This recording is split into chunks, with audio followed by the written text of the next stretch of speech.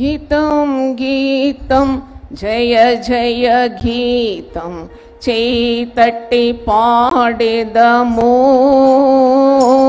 చప్పట్లు కూడా ఆరాధన. గీతం గీతం జయ జయ గీతం చేతట్టి పాడేదము. యేసురాజు లేచెను హల్లెలూయా, జయమార్పటించెదము. యేసురాజు లేచెను హల్లెలూయా, జయమార్పటించెదము. గీతం గీతం జయ జయ గీతం చేతట్టి పాడేదము. యేసురాజు లేచెను హల్లెలూయా, జయమార్పటించెదము. యేసురాజు లేచెను హల్లెలూయా, జయమార్పటించెదము. చూడు సమాధిని మూసిన రాయి తొరలుచు పరుగిడెను. పడండి. చూడు సమాధిని మూసిన రాయి తొరలుచు పరుగిడెను. అందు వేసిన ముద్ర కావలి నిల్చెను దైవసుతుని ముందు. అందు వేసిన ముద్ర కావలి నిల్చెను దైవసుతుని ముందు. గీతం గీతం జయ జయ గీతం చేతట్టి పాడేదము. గీతం గీతం జయ జయ గీతం చేతట్టి పాడేదము. యేసురాజు లేచెను హల్లెలూయా, జయమార్పటించెదము. యేసురాజు లేచెను హల్లెలూయా, జయమార్పటించెదము. వలదు వలదు ఏడువవలదు వెల్లుడి గలిలయకు. వలదు వలదు ఏడువవలదు వెల్లుడి గలిలయకు. తాను చెప్పిన విధమున తిరిగి లేచెను పరుగిడి ప్రచురించుడి. తాను చెప్పిన విధమున తిరిగి లేచెను పరుగిడి ప్రచురించుడి. గీతం గీతం జయ జయ గీతం చేతట్టి పాడేదము. గీతం గీతం జయ జయ గీతం చేతట్టి పాడేదము. యేసురాజు లేచెను హల్లెలూయా, జయమార్పటించెదము. యేసురాజు లేచెను హల్లెలూయా, జయమార్పటించెదము. అన్నా కయప వారల సభయు అదురుచు పరుగిడిరి. అన్నా కయప వారల సభయు అదురుచు పరుగిడిరి. అందు దూత గణముల ధ్వనిని వినుచు వణుకుచు భయపడిరి. అందు దూత గణముల ధ్వనిని వినుచు వణుకుచు భయపడిరి. గీతం గీతం జయ జయ గీతం తట్టి పాడెదము.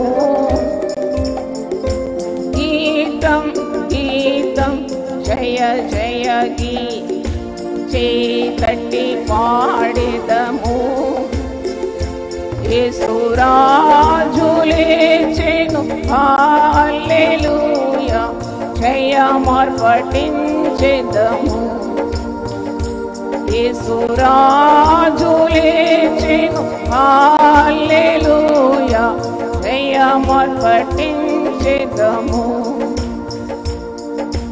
గుమ్మముల్ తెరచి చక్కగా నడుముడి జయ వీరుడు రాగా గుమ్మముల్ తెరచి చక్కగా నడుము జయ వీరుడు రాగా నీ మేళ తాళం పూరవాయిద్యముల ఎత్తి ధ్వనించుడి నీ మేళ తాళ పూరవాయిద్యం ఎత్తి ధ్వనించుడి గీతం గీతం జయ జయ గీ చేతట్టి పాడెదము గీతం గీతం జయ జయ గీ చేతట్టి పాడెదము యేసురాజు లేచెను హల్లెలూయా జయమర్పటించెదము యేసురాజు లేచెను హల్లెలూయా జయమర్పటించెదము హల్లెలూయా. పునరుద్ధానం గురించి మీకు అర్థం కావడానికి నేను ఒక చిన్న కార్యము నేను చూసిన ఒక కార్యం మీకు మొదట నేను అర్థం చేస్తాను. What is resurrection? యేసు ప్రభు నేనే జీవమును నేనే పునరుద్ధానమునని సెలవిచ్చినాడు. యోహాను సువార్త 11వ అధ్యాయము 25వ వచనంలో ఈ మాట ఉంది. జాన్ 11:25 మార్తాతో ఈ మాట సెలవిస్తాడు. నేను నిజంగా వింతపోయినాను. ఎన్నిసార్లు చదివిన పరిశుద్ధ గ్రంథం చాలా వింతగా కొత్తగా అనిపిస్తుంది కదా. మరి నిన్నటి రోజు రాత్రికాలం నేను ఈ వాక్యం చదివినప్పుడు చాలా ఆశ్చర్యపడ్డాను. యేసు ప్రభు స్త్రీలను ఎంతగా ప్రేమిస్తున్నాడు అంటే పక్షపాతం లేదు, కానీ ఎప్పుడు కూడా స్త్రీలను ఆయన చాలా మరి ఆప్యాయంగా మర్యాదగా గౌరవప్రదంగా చూసినాడు. కొన్ని కార్యాలు స్త్రీలకే మొట్టమొదట ప్రత్యక్షపరిచినాడు. పునరుద్ధానము నేనే, జీవము నేనే అని ఈ గొప్ప మాట ఒక స్త్రీతో చెప్పినాడు. చప్పట్లు కొట్టి దేవుని స్తుతించండి. It's a great mystery. అంటే ఒక మార్త, ఒక స్త్రీ, ఆ స్త్రీకి బయలుపరుస్తున్నాడు పునరుద్ధానము నేనే, జీవము నేనే, నా యందు విశ్వాసముంచువాడు చనిపోయినను బ్రతుకును, బ్రతికి నా యందు విశ్వాసం ఉంచువాడు ప్రతివాడు ఎన్నటికీ చనిపోడు. ఇది పెద్ద ప్రసంగం. ఇది నా యందు విశ్వాసం ఉంచువాడు చనిపోడు, వాడు చనిపోయినను వాడు బ్రతుకును, బ్రతికి నా యందు విశ్వాసం ఉంచువాడు ప్రతివాడును ఎన్నటికీ చనిపోడు. అంటే దీని అర్థం యేసుక్రీస్తు సజీవుడని, ఆయనకు మరణము లేని వాడని, చిరంజీవి అని, ఆయన యుగ యుగములకు దేవుడై ఉన్నాడని పద్మస్ ద్వీపంలో యోహాను భక్తునికి దేవుడు బయలుపరిచినాడు. ఆ మాట మీకు జ్ఞాపకం చేస్తాను. ప్రకటన గ్రంథం 1వ అధ్యాయం 18వ వచనం. నేను మొదటి వాడను, కడపటి వాడను, జీవించు వాడను, మృతుడనైతిని, కానీ ఇదిగో యుగ యుగములు సజీవుడనై ఉన్నాడు. చప్పట్లు కొట్టి దేవుని స్తుతిద్దాం. యుగ యుగములు నేను సజీవుడనై ఉన్నాను, మరియు మరణం యొక్కయు పాతాళం లోకం యొక్కయు తాళపు చెవులు నా స్వాధీనములో ఉన్నవి. హల్లెలూయా. ఆయన సజీవుడని పద్మస్ ద్వీపుల్లో, అంటే యేసు రొమ్మున ఆనుకున్న శిష్యుడు పద్మస్ ద్వీపుల్లో చూసిన దర్శనం కదా, ఆయనకు బయలుపరిచినాడు ప్రియ శిష్యుడైన యోహాను. ఆయన సజీవుడని ప్రత్యక్షపరుచుకున్నాడు. అలాగే యేసు ఒక స్త్రీతో, మార్తతో, అంటే వారి సహోదరుడు లాజరు చనిపోయిన వేళ 4వ రోజు చనిపోయి పాతి పెట్టబడిన తర్వాత 4వ రోజు అక్కడికి యేసుప్రభు వస్తున్నాడు. వారిని చూచి భయపడొద్దన్నాడు. పునరుద్ధానము నేనే, జీవము నేనే, నా యందు విశ్వాసం ఉంచువాడు చనిపోయినను వాడు బ్రతుకుతాడు మరి అని సెలవిచ్చినాడు కదా. అలాగే ఒక స్త్రీ, సమరయ స్త్రీతో 7 మర్మాలు బయలుపరిచినాడు. దాంట్లో గొప్ప మర్మం ఏంటంటే మెస్సయ్యను నేనే అని అంటాడు.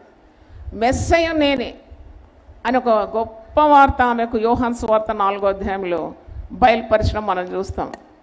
అంటే పక్షపాతము లేని గొప్ప దేవుడని యేసు ప్రభుని గురించి నేను చెప్పగలను. తర్వాత చూసినప్పుడు యేసు ప్రభు పునరుద్ధానుడైనప్పుడు మొట్టమొదటి ప్రత్యక్షత ఎవరికి కలిగింది చెప్పండి? ఎవరికి కలిగింది? స్త్రీకే కలిగింది. మగ్దలేను మరియకు మొట్టమొదటి ప్రత్యక్షం, the first resurrection appearance was for a woman. మగ్దలేను మరియ వెతుక్కుంటూ వచ్చింది. పెందల కడ ఇంకా చీకటిగా ఉన్నప్పుడు సమాధి తోటకు వచ్చింది. ఆ స్త్రీ తెగింపు చూడండి. ఇంకా చీకటిగా ఉన్నప్పుడు సమాధి తోటకు వెళ్ళింది. అంటే ఏ పురుష సహాయం లేకుండా ఒంటరిగా వెళ్ళింది. ఆమె హృదయంలో అంత ప్రేమ ప్రభు అంటే. నిండు ప్రేమ ఉంది. ఏది నిలబడుతుందంటే ఏ శక్తి కూడా నిలబడలేదు. ఆమె వెళ్ళిందంతే. ప్రేమలో భయం ఉండదు. పరిపూర్ణమైన ప్రేమ భయమును ఏం చేస్తుంది? పారద్రోలుతుందట. ఉదయం లేచింది, మధ్యాహ్నం ఒక సమాధి తోట పోవాలంటే నేను గడగడ వణుకుతారు అందరు కదా, ఒంటరిగా ఎవరు వెళ్ళరు.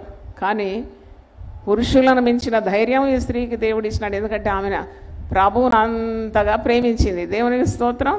నువ్వు ప్రభువుని ఎంతగా ప్రేమిస్తావో అంతగా ధైర్యం నీకు ఉంటుంది. నమ్మితే ఒకసారి చప్పట్లు కొట్టి దేవుని స్తుతిద్దాం.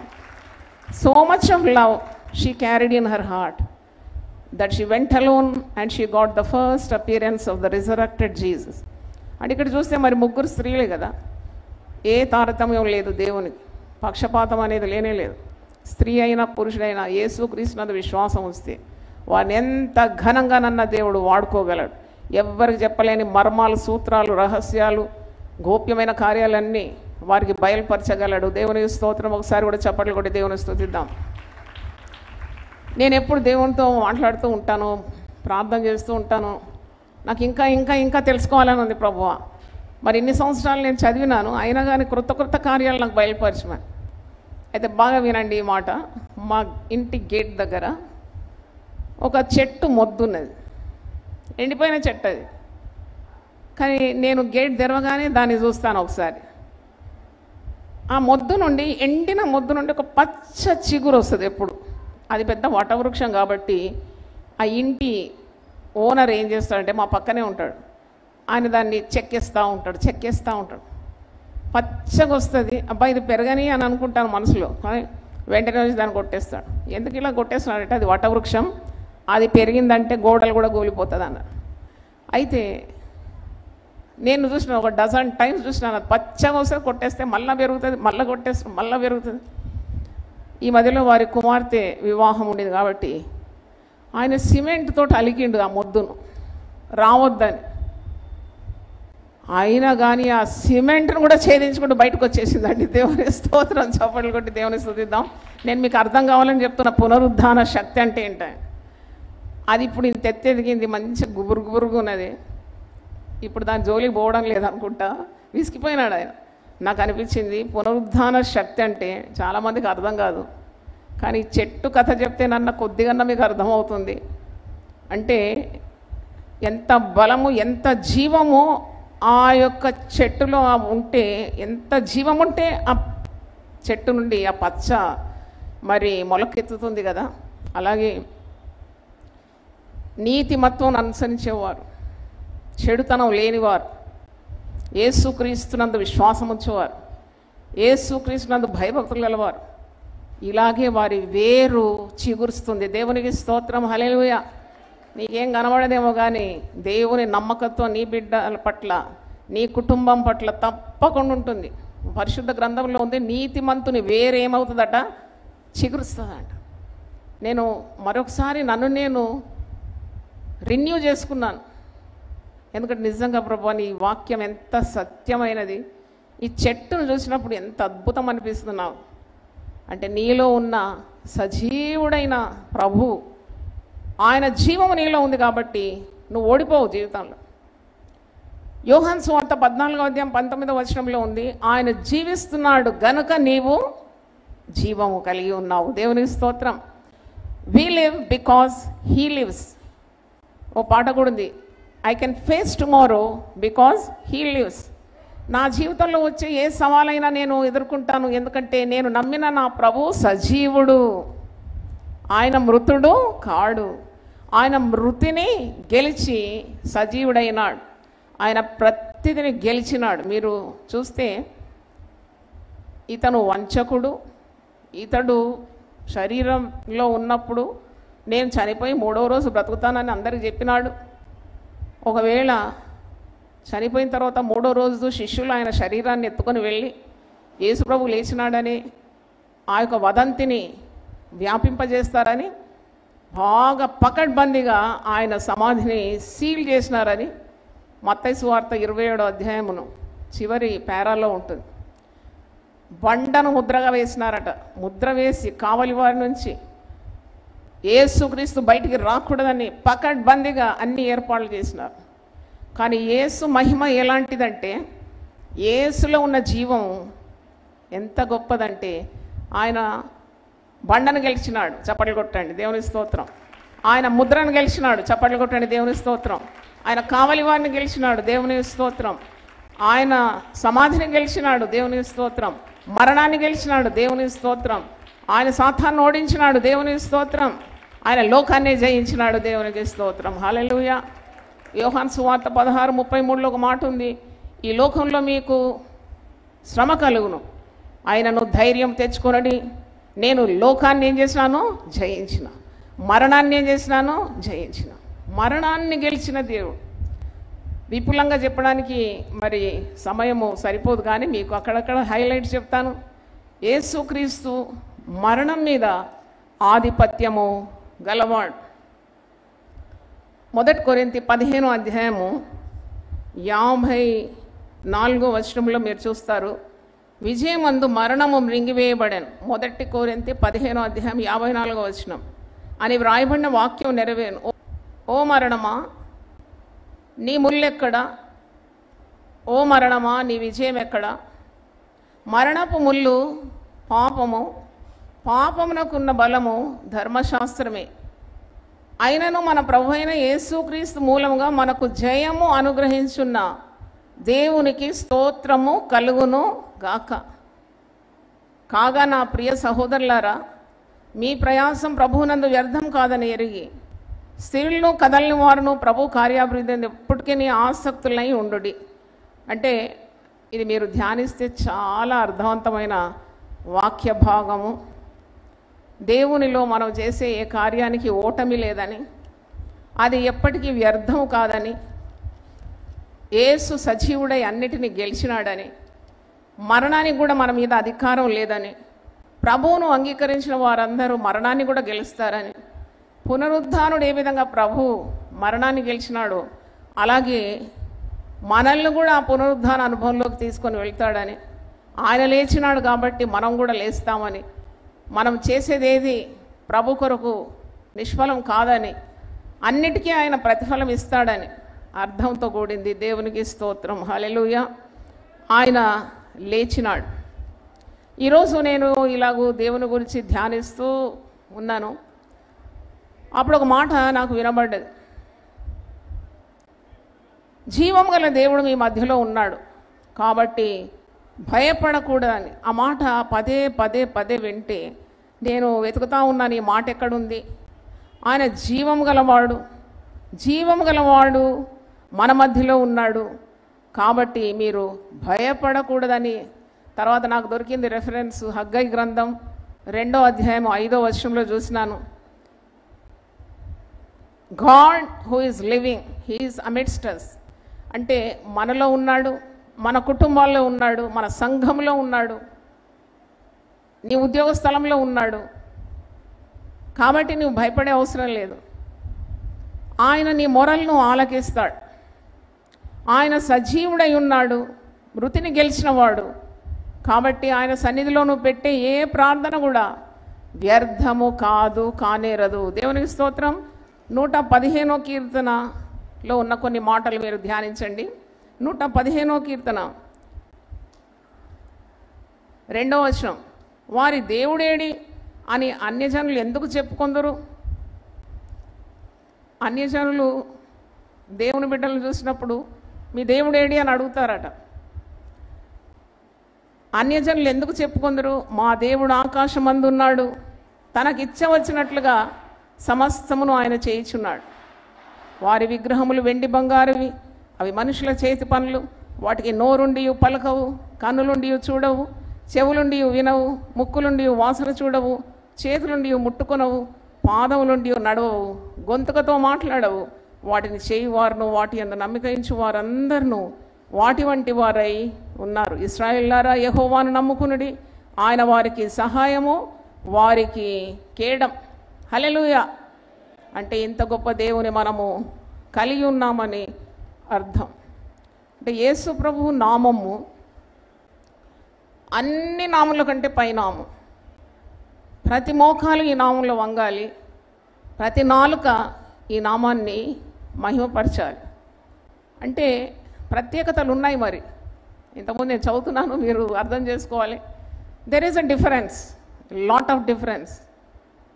అయితే మనము దేవునికి ప్రార్థన చేస్తున్నాం, ఆయన తప్పకుండా మన ప్రార్థన వింటున్నాడు. దానికి సూచన ఏది అంటే ఆయన జీవము గలవాడు. దేవునికి స్తోత్రం. నువ్వు ప్రార్థన చేసేది జీవము గల దేవునికి. ఆయనలో ఉనికి ఉన్నది, ఆ ఉనికి మనకు అనుగ్రహిస్తున్నాడు. ఆయన చలిస్తున్నాడు, మనల్ని చలింపజేస్తున్నాడు. ఆయన జీవిస్తున్నాడు, మనల్ని కూడా జీవింపజేస్తున్నాడు. ఆయన చావును గెలిచి బ్రతికినాడు, మనల్ని కూడా ఇబ్బందుల్లో నుండి, బాధల్లో నుండి, మరణాన్ని కూడా గెలిచే రీతిగా మనల్ని ఆశీర్వదిస్తున్నాడు. మనం ప్రార్థన చేస్తున్నప్పుడు ఆయన ఒక మాట అంటాడంట. యెషయా 52 చూడండి. మనం ప్రార్థన చేసి గోజాడి కన్నీళ్లు గార్చి దేవుని సన్నిధిలో మొరపెడుతున్నప్పుడు ఈ జీవము గల దేవుడు ఒక మాట అంటాడు. అది గుర్తు చేస్తున్నాను. 52 యెషయా 6వ వచనంలో, నా జనులు నా నామము తెలుసుకొందురు, నేనున్నానని చెప్పువాడవు నేనే అని వారు ఆ దినమున తెలుసుకొందురు. 1000 నామాలు చెప్పినాను ప్రభు కృప ద్వారా. దాంట్లో ఒక నామం నేనున్నానని చెప్పువాడు. సంతోషం ఉంటే ఒకసారి హల్లెలూయా గట్టి చెప్దామా? నేనున్నాను, భయపడకు. బా, ఇంకేం కావాలి మీకు? అదే గొప్ప ప్రసంగం ఈరోజు మీకు. మీరు అనేకమైన వ్యధలు, బాధలు, భయాలు, భీతి ఇవన్నీ కూడా యేసు దేవునికి ప్రార్థన చేసినప్పుడు ఆయన అంటాడు, నేను జీవము గలవాణ్ణి, నేను మృతిని గెలిచిన వాణ్ణి, నేను మీ మధ్యలో ఉన్నాను, భయపడకు. నువ్వు మొరపెడుతున్నప్పుడు అంటాడు, నేనున్నాను, భయపడకు. నాకు అనిపిస్తుంది ఈ లోకంలో అన్ని మాటల కంటే ఈ మాటకు చాలా శక్తి. చాలా భయపడుతున్న వేళ ఎవరైనా వచ్చి నేనున్నాను మీకెందుకు భయపడొద్దంటే కొండంత ధైర్యము వచ్చేస్తుంది. I'm there for you. బా, ఎంత గొప్ప మాట అండి. దేవుడు మన ముందే అన్నాడు అన్నమాట, నేనున్నాను నీకు, నువ్వు భయపడవు. అది సజీవుడైన యేసు ప్రభు మన మధ్యలో ఉన్నాడని, మన ప్రార్థన వింటాడని మనం ఎప్పుడు కూడా మర్చిపోకూడదు. అందుకే మనకు యేసు ప్రభునందు విస్తారమైన నిరీక్షణ ఉన్నది. హల్లెలూయా. ఎప్పుడు కూడా యేసునందున్న నిరీక్షణను కోల్పోవద్దు. ఆ సమస్య ఎంత జటిలమైన, నీకెంత అసాధ్యమని అనిపించినా, నీ జబ్బు ఎంత తీవ్రమైనదైనా, నీ శత్రువులు ఎంతమంది ఉన్నా, నీకు ఆటంకాలు అడ్డులు ఎన్ని నీ మార్గాల్లో ఉన్నా, నీకెంత చేతగానితనం ఉన్నా, నువ్వు ఎప్పుడు కూడా యేసులో ఉన్న నిరీక్షణ కోల్పోకూడదని దైవదాసురాలుగా మీకు జ్ఞాపకం చేస్తున్నాను, అనుభవంతో చెప్తున్నాను. దేవుని స్తోత్రం. ఆయన శక్తిగల దేవుడు, ఆయనలో విస్తారమైన నిరీక్షణ ఉందండి. నాకు యేసుప్రభు శిలువలో వేలాడుతూ ఒక చెయ్యి అటు ఒక చెయ్యి ఇటు ఆకాశానికి భూమి మధ్యలో వేలాడుతున్న ఆ దృశ్యం ఎప్పుడు నా మదిలో ఉంటుంది. ఎంతగానో నిన్ను నమ్ముకోవాలంటే నువ్వు ఇంత నమ్ముకో అని 2 చేతులు అటు. నీలో నాకు ఎంత నిరీక్షణ ఉందంటే ఇదో ఇంత ఉంది నిరీక్షణ. నువ్వు నన్ను ఎంత ప్రేమిస్తున్నావు అంటే ఇదిగో అటు చెయ్యి ఇటు చెయ్యి జాపి ఇంతగా నిన్ను ప్రేమిస్తున్నాను. నువ్వు ఎవరిని ప్రేమిస్తున్నావు అంటే సర్వలోకాన్ని, లోకంలో ఉన్న అందరినీ, ఏ జాతి, ఏ మత, ఏ కుల, ఏ భాష, ఏ వర్గము, మరి ఏ గుంపైనా నా యొద్దకు వస్తే నేను వారికి నా ప్రేమను అందిస్తాను. అందుకే కదా ప్రయాసపడి భారం మోసుకొచ్చున్న సమస్త జనులారా, ప్రయాసపడి భారం మోసుకొచ్చున్న క్రైస్తవులారా రమ్మన్నాడా? లేదు. సమస్త జనులారా మీరు నా యొద్దకు రండి, నేను మీకేమి ఇస్తాను? విశ్రాంతిని ఇస్తాను. చప్పట్లు కొట్టి దేవుని స్తుతిద్దాం. హల్లెలూయా. Come unto me, I will give you rest. ఎంత మంచి వాక్యం అండి. కాబట్టి నీకు ప్రభువులో విస్తారమైన నిరీక్షణ ఉంది. నువ్వు ఎవరి రక్షణ నిమిత్తం కోరుతున్నావో, ప్రార్థన చేస్తున్నావో, తప్పకుండా వారికి దేవుడు రక్షణ కలుగజేస్తాడు. నీ ఆర్థిక ఇబ్బంది ఎంతున్నా నువ్వు నిరీక్షణ కలిగి శ్రీమంతుడైన యేసు ప్రభువు ప్రార్థించినప్పుడు ఆయన నీ అప్పు బాధలన్నీ తొలగిస్తాడు. నీకు ఏది కావాలన్నా అడుగుమంటున్నాడు. ఈ నా నామంలో మీరేమి అడిగినా నేను దాన్ని చేస్తానని యోహాను సువార్త 14:10 ఉంది. 14:14 John 14:14 ask anything in my name I will grant it. కాబట్టి నువ్వు అడగాలి, ప్రభు దగ్గర పొందుకోవాలి, విశ్వాసం కలిగి ఉండాలి, విస్తారమైన నిరీక్షణ మరి నీలో ఉండాలి. ఆయన పునరుద్ధానుడైనట్టు మనల్ని కూడా ఆయన లేపుతాడు. ఇంతకుముందు మరి వాక్యము ఇక్కడ చదవబడింది కదా, 1 కొరింథీయులు 6వ అధ్యాయము 14వ వచనం. 1 Corinthians 6:14 దేవుడు ప్రభువును లేపాను, మనల్ని కూడా తన శక్తి వలన లేపును. అంటే ఈ పునరుద్ధాన సందేశం మీరు వింటున్నారు. మీరు ఒకటి గమనించాలి, పునరుద్ధానుడైన ప్రభు మనల్ని కూడా పునరుద్ధానం అనుగ్రహిస్తాడు.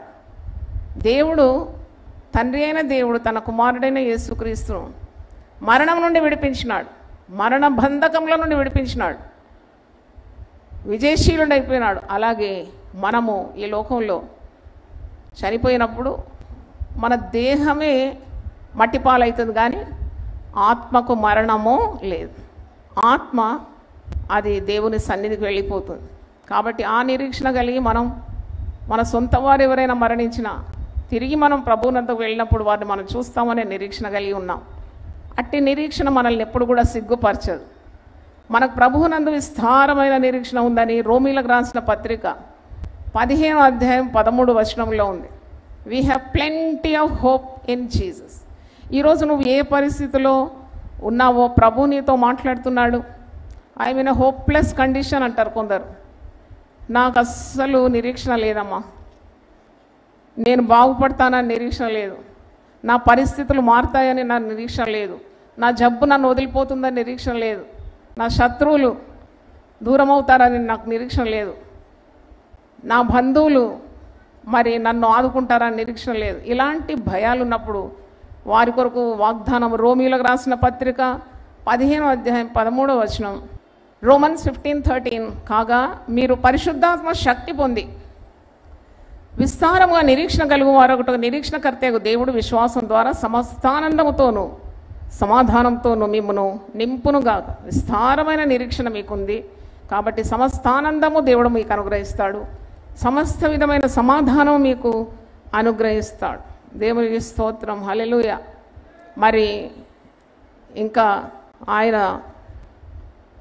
రానై ఉన్నాడు, ఈ రాజు రారాజుగా రానై ఉన్నాడని మనం యేసు ప్రభు యొక్క 2వ రాకడ గురించి మనం విశ్వసిస్తున్నాం. We have a hope that Jesus will return. అది ప్రకటన గ్రంథం 22వ అధ్యాయము 14వ వచనంలో ఆ మాట ఉంది. మీకిట్టి విశ్వాసము నిరీక్షణ కలిగి ఉండాలి. ప్రకటన గ్రంథం 22వ అధ్యాయము 12వ వచనం. అంటే ఈయన మరణాన్ని గెలిచి మృత్యుంజయుడై సజీవుడై శిష్యులందరికీ జనసమూహానికి దాదాపు మరి 12 ప్రత్యక్షతలు కనపరిచి తాను విజయశీలుడై రుజువుపరుచుకొని ఆయన అందరూ చూస్తుండగా పరలోకానికి ఆరోహణమై ఆయన తండ్రి కుడిపార్శ్వం అందుండి మనందరి కొరకు విజ్ఞాపన చేస్తున్నాడు. ఆయన ఆత్మరూపిగా ఉన్నాడు. ఆయన మన మధ్యలో కూడా ఉన్నాడు. ఎక్కడ 2, 3 నా పేరట కూడతారో నేను అక్కడికి దిగి వస్తానన్నాడు ఆత్మరూపిగా. అట్టి పరిశుద్ధాత్మ శక్తిని మనకు కూడా అనుగ్రహించినాడు. ఆత్మరూపిగా మనలో నివసిస్తున్నాడు. ఇదెంత గొప్ప కార్యం అండి. తిరిగి ఆయన మనలందరినీ చేర్చుకోవడానికి ఆయన తిరిగి రానై ఉన్నాడు. అది మన నిరీక్షణ యేసు ప్రభువునందు. అందుకే ఇక్కడ ప్రకటన గ్రంథం 22:12 వచనంలో, ఇదిగో త్వరగా వచ్చుచున్నాను, వాని వాని క్రియ చొప్పున ప్రతి వానికి ఇచ్చుటకు నేను సిద్ధపరిచిన జీతము నా యొద్ద ఉన్నది. అందుకే మంచి పనులు చేసేవారు ఎప్పుడు విసుకోవద్దు. మీరు విసుకక మేలు చేస్తే తగిన కాలమందు మీరు పంటను కోస్తారు. హల్లెలూయా చెప్దామా? విసుకక మేలు చేయాలా, చేస్తూనే ఉండాలి మంచి పనులు. దేవుడికి ఇచ్చినాడా దర్శనాన్ని? ఎవరేమన్నా, ఎన్ని ఆటంకాలు వచ్చినా దేవుడు నాకు ఆ పని అప్పగించినట్టు చేస్తూనే ఉంటాను. నేను ఎవరి ప్రశంస కోరను, ఎవరి ప్రీతి కోరను, ఎవరి డబ్బు కోరను. నువ్వు అనుకోవాలి మనసులో, నువ్వు అనుకోవాల్సింది చెప్తున్నాను. నేను ఎవరికి భయపడను. దేవుడు నాకు పని అప్పగించినాడు. అది కుటుంబమే కానీ, సంఘమే కానీ, సేవనే కానీ, నాకు ఒక దర్శనం ఇచ్చినాడు. నేను ఆ పని చేస్తాను. ఎన్ని ఆటంకాలు వచ్చినా, ఎన్ని అడ్డులు వచ్చినా ప్రభు నాకు తోడుంటానన్నాడు. శిష్యులతో అన్నాడు ఆయన, యుగ సమాప్తి వరకు సదాకాలము నేను నీకు తోడై ఉంటానని. ఇంకెందుకు భయపడాలి నువ్వు? కాబట్టి దేవుడిచ్చిన పనులు చేస్తూ పోవాలి. ఆయన త్వరగా వస్తాడు.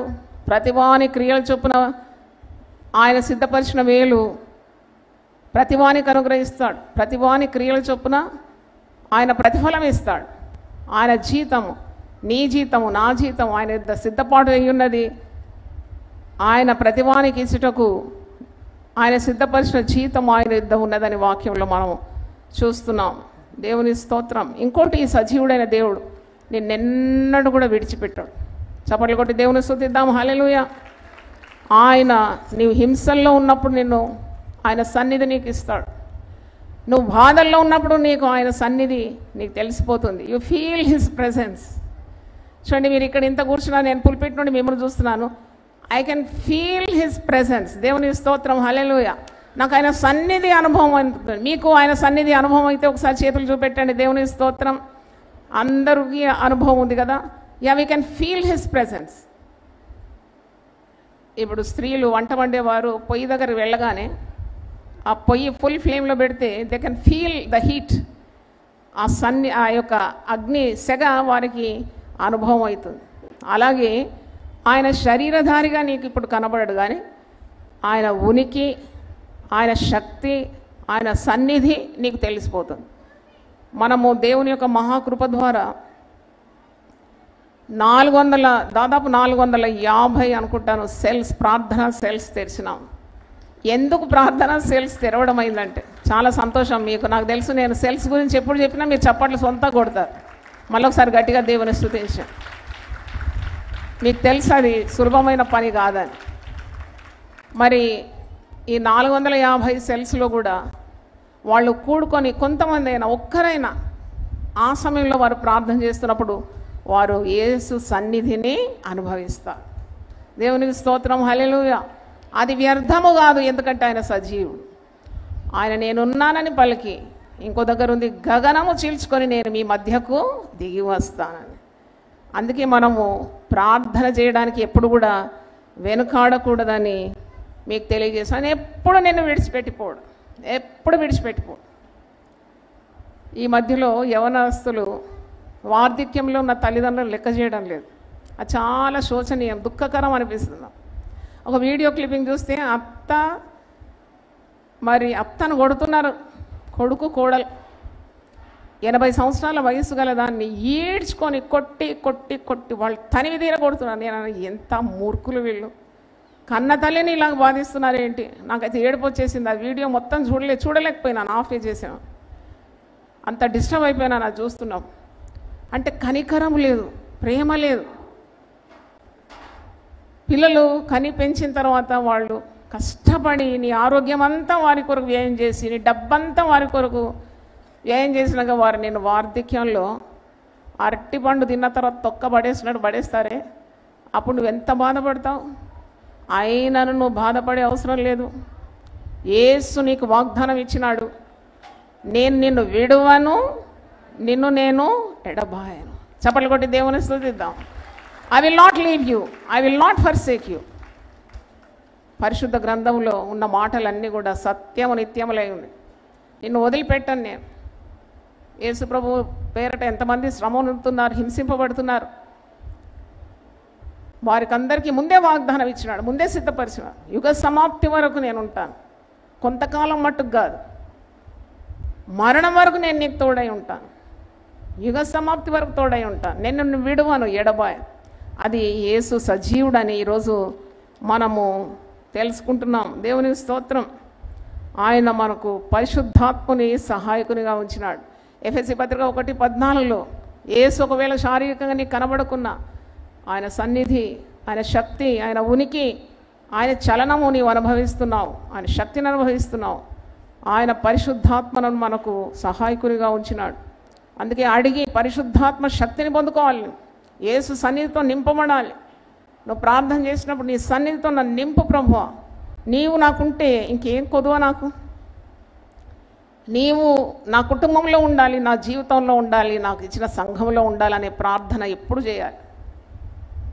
మనం పాట పాడతాం కదా, నీవు తోడుండగా నాకు దిగులుండునా, నీవు తోడుండగా నాకు దిగులుండునా, వెంబడిస్తాను నిన్ను యేసువా, వెంబడిస్తాను నిన్ను యేసువా. నువ్వు తోడుంటే నాకేం దిగులు? The presence of Jesus in your life. ఆయన పునరుద్ధానమైన పాటలు పాడి ఇంటికి వెళ్ళి అన్నీ మర్చిపోవద్దు. ఆయన నిన్ను విడవాడు అంతే, నిన్ను ఎడబాయాడు అంతే, ఎప్పుడు నీకు తోడుంటాడు. ఈ మధ్యలో యవనస్తులు వివాహం చేసుకొని భార్యను వదిలేస్తున్నారు, భర్తను వదిలేస్తున్నారు. మా కాలంలో అంటే కొంతకాలం ముందు ఇలా లేకుండా వివాహం అంటే భయభక్తులతో ఆ వ్యవస్థలో అడుగుపెట్టేది, తల్లిదండ్రులు చెప్పినట్టు వినేది. ఎంత కష్టాలు వచ్చినా బాధలు వచ్చినా ఆ కుటుంబ సంసారంలో సర్దుకొని ముందుకు వెళ్ళేది. కానీ ఇప్పుడు కాలం మారింది. ఒక్క ఘాటు మాట మాట్లాడితే పెట్టే సదురుకొని అవుట్ అంతే. ఇంకా అట్లంటే ఇక్కడ పాత వయసులో ఉన్న స్త్రీలను అడిగి చూడండి, వారు ఎన్ని బాధలు తట్టుకున్నారు, ఎంత కష్టపడినారు. భర్తను పిల్లలను వదలలేదు, మరి ఇప్పుడు భార్యలను వదులుతున్నారు, భర్తలను వదిలేస్తున్నారు. అంటే ఇలాంటి పరిస్థితుల్లో కూడా లోకమంతా నిన్ను వదిలిపెట్టినా, ఎవరు నిన్ను చేయి విడిచినా, మరణం ద్వారా కూడా దూరం అయిపోవచ్చు కదా. ఎంత ప్రియులైనా, ఎంత ప్రాణప్రదంగా ప్రేమించినా అట్టి వారికి మరణం సంభవిస్తే నిన్ను వదిలి వారిని దూరం అయిపోతున్నావు వారికి. కానీ అట్టి పరిస్థితిలో కూడా యేసు ప్రభు నీ చెంతనే ఉంటాడు. ఆయన అణువణువున నీలో వ్యాపించి ఉంటాడు. ఆయన నీకు సహాయం చేస్తాడు. దేవునికి స్తోత్రం, హల్లెలూయా. కాబట్టి నువ్వు నిరాశ పడకూడదు. పరిశుద్ధాత్మని ఆయన నీకు సంచకరువుగా ఇచ్చినాడని ఎఫెసీ 1:14 పరిశుద్ధాత్మ ముద్రను నీ మీద వేసినాడని ఉన్నది. సాతానుడు నిన్ను ముట్టకుండా, నీకే అపాయం రాకుండా దేవుడు నిన్ను కాపాడుతాడని. అందుకే మనము పరిశుద్ధాత్మ సహాయము పొందుకోవాలి. ఆయన సజీవుడు గనుక ఆయన ఇచ్చిన ప్రతి మాట కూడా నెరవేరుస్తాడు. దేవునికి స్తోత్రం. పరిశుద్ధ గ్రంథంలో ఉన్న ప్రతి వాగ్దానం, ఈరోజు మీ కొరకు వాగ్దానాలు సిద్ధపరిచినాము. 40 రోజులు మీరు ప్రయాసపడి ఉపవసించి ఉదయకాలం లేచి దేవుని సన్నిధికి వచ్చినారు. ప్రార్థనాపూర్వకంగా ఈరోజు వాగ్దానాలు ఇస్తాం. ఆయన ఇచ్చిన వాగ్దానాలు ఎన్నైనాను అవన్నీ క్రీస్తులో అవునన్నట్టుగానే ఉన్నది. హల్లెలూయా. అది ఎన్ని వాగ్దానాలైనా, పరిశుద్ధ గ్రంథంలో దాదాపు 32,000 వాగ్దానాలు ఉందని ఎవరో భక్తులు చెప్పినారు. నేనైతే లెక్క పెట్టలేదు, కానీ ఒక 1000 వాగ్దానాలు ప్రభు కృప ద్వారా ప్రజలకు అందించడానికి 1000 ప్రసంగాలు చేసిన. కానీ ఆయన వాగ్దానాలు ఎన్నెన్నో ఉన్నాయి. అవన్నీ కూడా నెరవేరడానికి ఆయన నమ్మదగిన వాడు. దేవునికి స్తోత్రం. ఏదైనా వాగ్దానం పట్టుకొని నువ్వు అడిగితే, ప్రార్థన చేస్తే తప్పకుండా వాగ్దానం నీకు నెరవేరుతుంది. నీకు పుట్టిన వారిని నేను ఆశీర్వదిస్తానంటే ఆ వాగ్దానం తప్పకుండా మీ జీవితంలో చూస్తారు. దేవునికి స్తోత్రం. నీ గుమ్మముల గడియలు నేను బలపరుస్తానంటే ఆ వాగ్దానం నెరవేరడం చూస్తారు. నీ సరిహద్దుల్లో సమాధానం ఇస్తానంటే ఆ వాగ్దానం నెరవేరడం మీరు చూస్తారు. మంచి గోధుమలతో నిన్ను తృప్తిపరుస్తానంటే ఆ వాగ్దానం నెరవేర్చడం మీరు చూస్తారు. దేవుని స్తోత్రం. నీ మధ్యన నీ పిల్లలను నేను ఆశీర్వదిస్తానంటే ఆ వాగ్దానం నెరవేరడం చూస్తారు. దేవుని స్తోత్రం. అంటే ఇంతవరకు కూడా యేసు చెప్పిన మాటలు, దేవుడిచ్చిన వాగ్దానాలు పట్టుకొని ప్రార్థన చేసిన వారు ఎవ్వరు కూడా సిగ్గుపరచబడలేదు. ఆ వాగ్దానం నెరవేరుతుందంటే మనం నమ్ముకున్న ప్రభువు సజీవుడు. దేవునికి స్తోత్రం. హల్లెలూయా. Because he's living, he is able to hear what you are praying. Because he's living, he's fulfilling the word that he's come out from his mouth. ఆయన నోటి నుండి బయటకు వెళ్ళిన మాటను నెరవేర్చడానికి ఆయన జీవము గల దేవుడని మర్చిపోకూడదు. దేవునికి స్తోత్రం. మరి ఆయన యందు విశ్వాసం ఉంచువాడు ఎవడును సిగ్గుపడడు అని వాక్యం మనకు బోధిస్తుంది. రోమీలకు రాసిన పత్రిక 10:11 ఆయన యందు నమ్మకం ఉంచువాడు కలవరపడడు. పునరుద్ధాన సందేశంలో ఇవన్నీ మీరు నేర్చుకోవాలి. నీకు కలవరం లేదు, ఎందుకంటే ఆయన సజీవుడు. నువ్వు సిగ్గు అవమానం పొందలేవు, ఎందుకంటే ఆయన సజీవుడు. ఆయన నీ ప్రార్థనలకు విజయం ఇస్తాడు. దేవునికి స్తోత్రం. హల్లెలూయా. నీకు శ్రమ కలిగినప్పుడు ఈ జీవం గల దేవుని ఆత్మ, యేసు ఆత్మ నీ మీద నిలుస్తుంది కనుక నీవు ధన్యుడవు, ధన్యురాలని 1 పేతురు పత్రిక 4వ అధ్యాయము 14వ వచనంలో ఈ మాట ఉంది. శ్రమల్లో నీవు విసుకక ప్రార్థన చేయాలి. శ్రమలు, హింసలు నీకు కలిగినప్పుడు కూడా నువ్వు భయపడే అవసరం లేదు. 4వ అధ్యాయం 14వ వచనంలో ఉంది, క్రీస్తు నామము నిమిత్తం మీరు నిందపాలైన ఎడల మహిమా స్వరూపైన ఆత్మ అనగా దేవుని ఆత్మ మీ మీద నిలుచున్నాడు గనుక మీరు ధన్యులు. హల్లెలూయా. ఎన్ని కష్టాలు వచ్చినా నష్టాలు వచ్చినా మీరు ధన్యులే. ఎందుకంటే క్రీస్తు యొక్క ఆత్మ మీ మధ్యలో ఉన్నది. క్రీస్తు ఆత్మ మీ మీద నిలుచున్నది. అందుకే నీవు కలవరపడే అవసరం లేదు, భయపడే అవసరం లేదు, సిగ్గుపడే అవసరము రాదు. దేవుని స్తోత్రం. అందరూ ఒకసారి లేచి పడితే ప్రార్థన చేస్తాను. పునరుద్ధానుడైన ప్రభు సన్నిధి నీ జీవితంలో ఉన్నదని నీవు తెలుసుకోవాలి. ఆయన నీకు ఎల్లప్పుడూ తోడున్నాడని తెలుసుకోవాలి. ఆయన మాటలు ఎప్పుడూ నిరర్ధకము కాదని తెలుసుకోవాలి. ఆయన ఉనికి గల దేవుడని, ఆయన నీ మొరలకు విజ్ఞాపనలకు జయమిస్తాడని నీవు విశ్వసించాలి. ఆయన యందు విశ్వాసం ఉంచువాడు ఎన్నడూ సిగ్గునొందడు. ఆయన విశ్వాసం ఉంచువాడు ఎన్నడూ కలవరపడడు. దేవునికి స్తోత్రం. హల్లెలూయా. జయ జయ యేసు, జయ యేసు, జయ జయ క్రీస్తు, జయ క్రీస్తు, జయ జయ చప్పట్లు కొట్టి ఆరాధిద్దాం. జయ యేసు, జయ జయ క్రీస్తు, జయ క్రీస్తు, జయ జయ రాజా, జయ రాజా, జయ జయ రాజా, జయ రాజా, జయ జయ స్తోత్రం, జయ స్తోత్రం, జయ జయ యేసు, జయ యేసు, జయ జయ క్రీస్తు, జయ క్రీస్తు, మరణము గెలిచిన జయ యేసు, మరణము ఓడెను జయ యేసు, మరణము గెలిచిన జయ యేసు, మరణము ఓడెను జయ యేసు, పరమ బలము సగు జయ యేసు, పరమ బలము సగు జయ యేసు, శరణము నీవే జయ యేసు, జయ జయ యేసు, జయ యేసు, జయ జయ క్రీస్తు, జయ క్రీస్తు, సమాధి గెలిచిన జయ యేసు, సమాధి ఓడెను జయ యేసు, సమాధి గెలిచిన జయ యేసు, సమాధి ఓడెను జయ యేసు, సమరము గెలిచిన జయ యేసు, సమరము గెలిచిన జయ యేసు, అమరమూర్తివి జయ యేసు, జయ జయ యేసు, జయ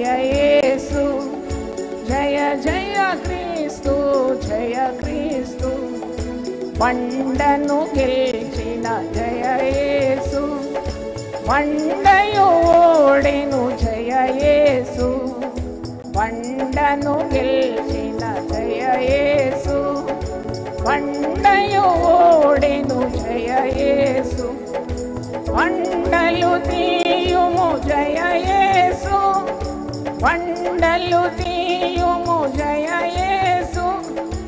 అండకు చేర్చుము జయ యేసు, జయ జయ యేసు, జయ యేసు. జయ జయ క్రీస్తు, జయ క్రీస్తు. ముద్రను గెలిచిన జయ యేసు, ముద్రయు ఓడెను జయ యేసు. ముద్రను గెలిచిన జయ యేసు, ముద్రను ఓడెను జయ యేసు.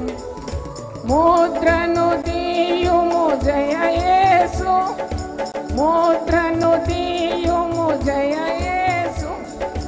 ముద్రించుము నన్ను జయ యేసు, జయ జయ యేసు, జయ యేసు.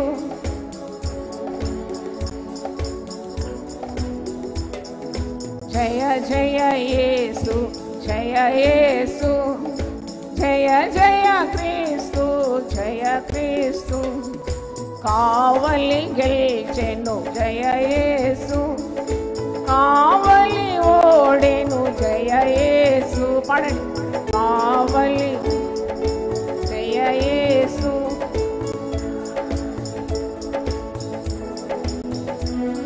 జయ జయ యేసు, జయ యేసు.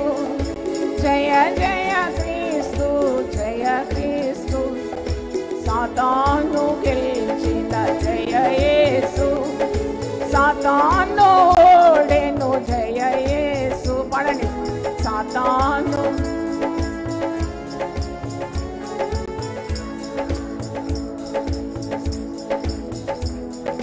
పాతవి గతించే జయ యేసు,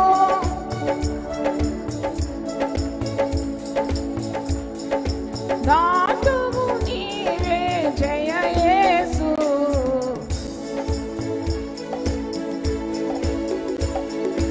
జయ జయ క్రీస్తు, జయ క్రీస్తు. పడండి.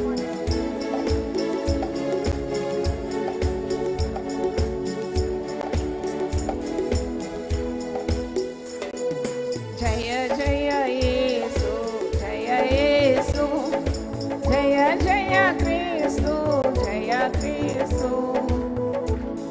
ప్రార్థన చేసుకుందాం. తలలు వంచండి, ప్రార్థన చేసుకుందాం. గొప్ప జయశాలి వినాయన, ప్రతిదీ గెలిచిన దేవుడు. నీకు ఓటమి లేదు ప్రభు. నీ అందు విశ్వాసం ఉంచు వానికి ఓటమి లేదు ప్రభు. నీ అందు విశ్వాసం ఉంచువాడు సిగ్గుపడ్డాడు ప్రభు. నీ అందు విశ్వాసం ఉంచువాడు కలవరపడ్డాడు ప్రభు. వారు ఆయన తట్టు చూడక వారికి వెలుగు కలిగిన వారి ముఖములు ఎన్నడూ లజ్జింపకపోవునని వాక్యం సెలవిస్తుంది. నీ నోటి నుండి వచ్చిన ప్రతి మాట జీవం గల మాటలైనా, జీవపు మాటలు మాకు ఇచ్చినందుకు వందనాలు చెల్లిస్తున్నాను. గొప్ప దేవా, నీ వాగ్దానములు ఎంత నిశ్చయములైంది, నీ వాగ్దానములు ఎంత సత్యంతో కూడింది నాయన. అవి నిశ్చయములై ఉన్నాయి కనుక నీకు స్తోత్రం. మా జీవితంలో మేము భయపడడానికి కారణమే లేదు నాయన. నీకు స్తోత్రం. సజీవుడమైన దేవుడు నాయన, పిలిస్తే నేనున్నానని చెప్పే దేవుడు నాయన. మాకు సదాకాలం తోడై ఉండే దేవుడు, యుగ సమాప్తి వరకు తోడుంటానని మాట ఇచ్చిన దేవ, మా చేతులు పట్టుకొని భయపడొద్దని సెలవిచ్చిన దేవ, నా ఆత్మ మీ మధ్యలో ఉన్నది భయపడొద్దని సెలవిచ్చిన దేవ. ఎటువంటి పరిస్థితి అయినా, ఎటువంటి జిడ్డు సమస్యలైనా, ఎటువంటి ఆటంకాలైనా, అడ్డులైనా యేసు నామంలో వాటిని దూరపరచడానికి నీ నామాన్ని మాకు ధరింపజేసినావు తండ్రి. నీకు వందనాలు చెల్లిస్తున్నాను. నీ పరిశుద్ధాత్మను కాపుగా ఉంచినందుకు నేను స్తుతిస్తున్నాను. అయ్యా, నువ్వు చేసిన మేలు ఎంతగానో ఉంది కనుక నీకు వందనాలు నాయన. ఈరోజు దేవుని వాక్యం విన్న ప్రతి ఒక్కరిని నుండి భయం తొలగించినందుకు నేను స్తుతిస్తున్నాను. పునరుద్ధారణైన ప్రభు యుగ సమాప్తి వరకు సదా తోడై ఉంటాడని, మరణం గెలిచిన వాడు తండ్రి మాకు కూడా నిత్య జీవం అనుగ్రహిస్తాడనే విశ్వాసంతో మేము బయలు వెళ్తున్నాం ప్రభు. చేరి వచ్చిన ఈ ప్రజాన్ని మీరు ఆశీర్వదించండి. ప్రతి ఒక్కరి తల మీద, వారు చిన్నలైన, పెద్దలైన, వృద్ధులైన, చంటి బిడ్డలైన, స్త్రీలైన, పురుషులైన, వారి మీద నీ పునరుద్ధానపు హస్తం వచ్చునుగాక. నైనా వారి తల మీద నీ పరిశుద్ధాత్మ బలం కలిగిన ఆ హస్తం పెట్టి వారిని ఆశీర్వదించండి. నువ్వు మా కొరకు సిలువనొందినావు, మరణమొందినావు నైనా. మా పాపముల నిమిత్తము సిలువ బలియాగం ద్వారా నీ ప్రాణం మా కొరకు అర్పించినావు, రక్తము చివరి బొట్టు వరకు సిందించినావు. అవును తండ్రి, మరి 3వ రోజు మా కొరకు తిరిగి లేచినావు, మరణాన్ని గెలిచిన దేవుడు నాయనా. నీకు స్తోత్రం. తిరిగి నేను వస్తున్నానని సెలవిచ్చినావు. ఇదిగో నేను త్వరగా వచ్చున్నాను, ప్రతి వాని కొరకు నేను సిద్ధపరిచిన జీతం నా యుద్ధం ఉన్నదని సెలవిచ్చినావు. నువ్వు ఎన్నిటి మీద ఆధిపత్యం చేసే దేవుడు, నీవు చలించే దేవుడు, ఉనికి గల దేవుడు, జీవం గల దేవుడు. నీకే మేము వందనాలు తెలియజేస్తున్నాం. నీ పరిశుద్ధాత్మతో ఈ ప్రజలను మీరు నింపి నడిపించమని. ఇక వచ్చే ఆదివారం నుండి ఉదయం 6 నుండి 9, సాయంకాలం 6 నుండి 9 వరకు జరుగుతున్న ఆరాధనలన్నింటినీ ఆశీర్వదించమని, మా యొక్క సేవకులను బలపరిచి వాడుకోమని, నీ దాసురాలు నన్ను కూడా బలపరిచి పరిశుద్ధాత్మ పూర్ణాలుగా నీ మాటలు నీ పిల్లలకు అనుగ్రహించడానికి, నీ జనాలకు అనుగ్రహించడానికి నాయన గొప్ప ఉద్యమం మా సంఘంలో జరగాలని నాయన మేము ఎన్నో సంవత్సరాల నుండి ప్రార్థన చేసి కనిపెడుతున్న కార్యం తండ్రి ఇది జరిగి తీరాలని ప్రార్థిస్తున్నాం. తండ్రి నీకు స్తోత్రం. మా దేశం కొరకు కూడా మేము విజ్ఞాపన చేస్తున్నాం. మా దేశాన్ని నెమ్మదిగా సమాధానంగా ఉంచమని, ప్రజలను ఆశీర్వదించమని ప్రార్థిస్తున్నాం. కీడులన్నిటి నుండి విడిపించమని ప్రార్థిస్తున్నాం. ఈ ప్రాంగణం చుట్టూ నీ కంచె కాపుదల నుంచి మా యొక్క ఈ ప్రయాణంలో మీరు తోడుండుమని యేసు అతి శ్రేష్టమైన నామంలో అడిగి వేడుకుంటున్నాను తండ్రి. ఆమేన్. తండ్రి అయిన దేవుని ప్రేమ, యేసు క్రీస్తు కృప, పరిశుద్ధాత్మ సహవాసం మనందరితో సదా తోడై ఉండును గాక. ఆమేన్. God bless you.